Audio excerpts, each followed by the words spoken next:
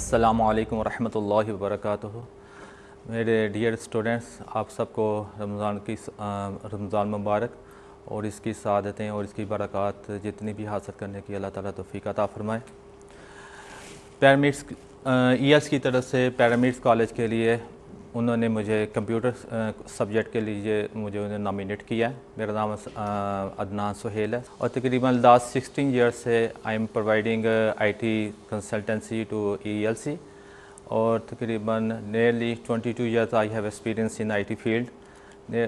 तकरीबन 10 years more than I working in UK and providing IT consultancy there also, and I did my masters in Liverpool University from UK, and different professional courses also I did in UK also. So I came Pakistan, and after that I giving the service to Sir Kashif, and for their love he nominated me to give lectures related to computer to pyramid students, college students. Today I am going to deliver my first lecture about computer free short course Office Management. Inshallah, we will learn briefly about Introduction to Computer and Microsoft Office 2019. I will try to provide you assignments related to topic online which will help you to enhance your skill. So keep in touch with me through your valuable comments related to course. One thing more, this free course, computer course which Pyramids College offer to you is not part of our ICS syllabus. So let us start without any delay more. The first is Introduction to Computer. Computer. The term computer is derived from the Latin term computere. This means to calculate or programmable machine. ये computer जो word है ये एक Latin एक Greek language और classical language है, वहाँ computer ये उससे ड्राइव किया गया है, ये उससे निकाला गया है उस कंप्यूटर वर्ड से। इसका मतलब है टू कैलकुलेट, कैलकुलेशन करने के लिए, और इसको हम प्रोग्रामेबल मशीन भी कहते हैं। So computer is a programmable device that store, retrieve and process data. So computer एक प्रोग्रामेबल मशीन है जिसके अंदर हम डाटा को स्टोर कर सकते हैं, उसको रिट्रीव का मतलब है उसको दोबारा देख सकते हैं, एंड प्रोसेस, उस डाटा को हम प्रोसेस कर सकते हैं। So the second definition of computer is computer or electronic device that accept data through input, process that data, produce information through output, and store the result. So here students is 4 words: electronic, data, process, and information. So I am going to brief you about the word electronic, data, process, and information. So what is difference between electronic and electrical device? The major difference between electrical and electronic devices is that the electrical devices convert the electrical energy into the other form of energy like heat, light, sound, etc., where the electronic device control the flow of electrons by performing the particular task. So जो major difference जो electrical devices और electronic devices के अंदर होता है वो ये होता है कि इन electrical devices के अंदर इलेक्ट्रिकल एनर्जी को दूसरी एनर्जी के अंदर हम वो कन्वर्ट होती है, वो लाइट की शक्ल में होती है, वो हीट की शक्ल में होती है, वो साउंड की शक्ल में होती है, एसेट्रा। लेकिन जो इलेक्ट्रॉनिक डिवाइसेस होती हैं इसके अंदर जो एनर्जी है वो चेंज नहीं होती, वो इसमें इलेक्ट्रॉन का फ्लो ऑफ इलेक्ट्रॉन्स होते हैं जो एक पर्टिकुलर टास्क को कंप्लीट करने के लिए वो उसमें फ्लो करते हैं। The second difference is the electrical devices use copper and aluminum wires for the flow of electrical current. जो इस करंट के फ्लो के लिए इलेक्ट्रिक डिवाइसेस के अंदर एक कॉपर दात है, एक एल्युमिनियम, ये भी एक दात है जो कॉपर वायर्स यूज़ होती हैं करंट के फ्लो के लिए। बट लेकिन इलेक्ट्रॉनिक डिवाइसेस के अंदर एक सेमीकंडक्टर मटेरियल यूज़ होता है, एक खास दात होती है जिस पर इलेक्ट्रॉन्स फ्लो करते हैं। The electrical devices work on high voltage where the electronic devices work on low voltage. जो इलेक्ट्रिक डिवाइसेस होती हैं ये हाई वोल्टेज के ऊपर काम करती हैं, जैसे 110 से 220 वोल्टेज इनकी रिक्वायर्ड होती है अकॉर्डिंग टू द डिवाइस। और जो इलेक्ट्रॉनिक डिवाइसेस होती हैं वो 12 वोल्टेज के ऊपर भी काम कर 12 और 5 वोल्टेज के उनको चाहिए होते हैं उनको वर्क करने के लिए। So the fourth difference is the electric devices do not manipulate the data where the electronic device manipulate the data.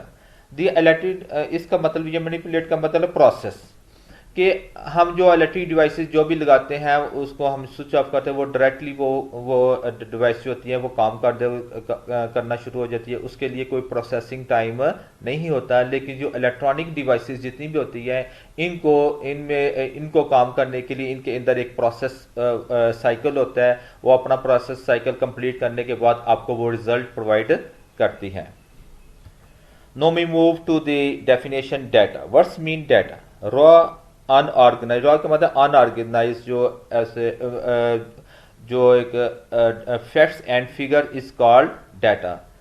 For example numbers, जो आपको न्यूमेरिकल नंबर्स होते हैं 1 2 3 4 5, या इसी तरह अल्फ़ाबेट्स होते हैं, या जो इनको हम डाटा कहते हैं।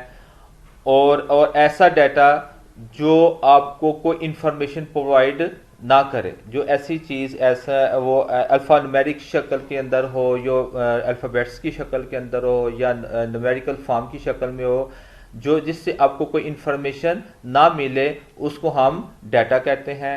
इंफॉर्मेशन किसको कहते हैं? Processed data into the meaningful way according to the requirement. हमारी जो गिवन रिक्वायरमेंट होती है उसके जो डाटा जो प्रोसेस होता है, प्रोसेस होने के बाद जो हमें एक मीनिंगफुल एक शक्ल में वो जो डाटा प्रोसेस होता है उसको हम इंफॉर्मेशन कहते हैं। For the decision to be meaningful कि ये वाकई इस इंफॉर्मेशन इस प्रोसेस डाटा का कोई मतलब है, the process data must qualify the following characteristics.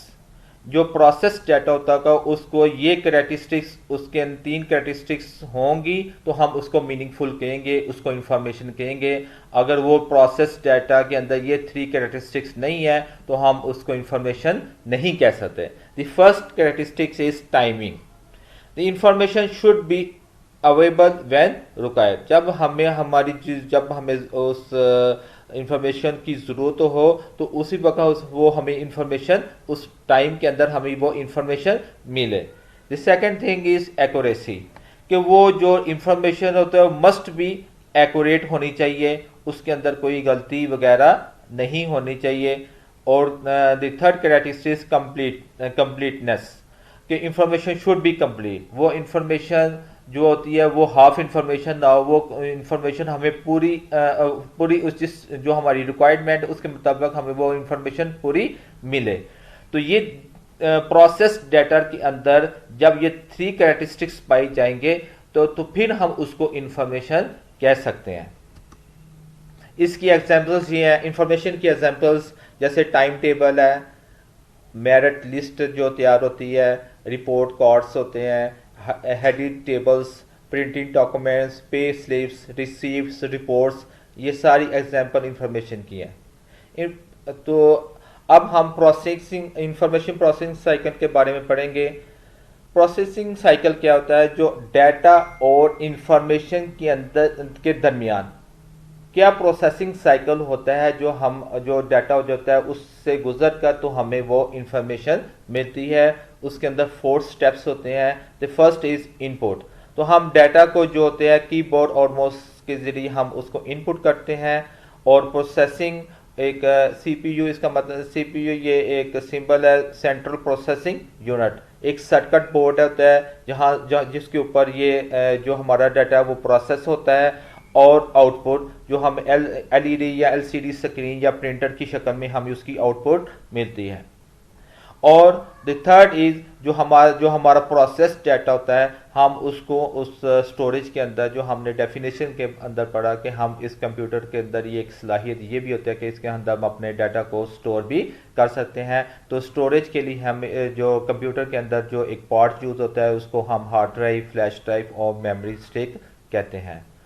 So today students we learn the definition of computer, computer क्या होता है, कंप्यूटर की क्या डेफिनेशन है, फिर हमने उसका पढ़ा कि what is difference between electric and electronic devices, electric और इलेक्ट्रॉनिक के अंदर डिवाइसेस के अंदर क्या डिफरेंस होता है, फिर हमने डाटा और इंफॉर्मेशन की डेफिनेशन को पढ़ा, फिर हमने ये पढ़ा जो प्रोसेस्ड डाटा होता है उसके अंदर क्या कैरेक्टरिस्टिक्स होंगी तो हम उसको इंफॉर्मेशन कह सकते हैं, वो हमने उसके बारे में पढ़ा। और भी प्रोसेसिंग साइकिल कैसे होता है, डाटा को जब हम एंटर करते हैं वो किन प्रोसेसिंग साइकिल से गुजर कर हमें इंफॉर्मेशन प्रोवाइड करता है। तो ये आज का लेक्चर था। इंशाल्लाह we move to the next lecture about the history of computer, ये इंशाल्लाह हम पढ़ेंगे।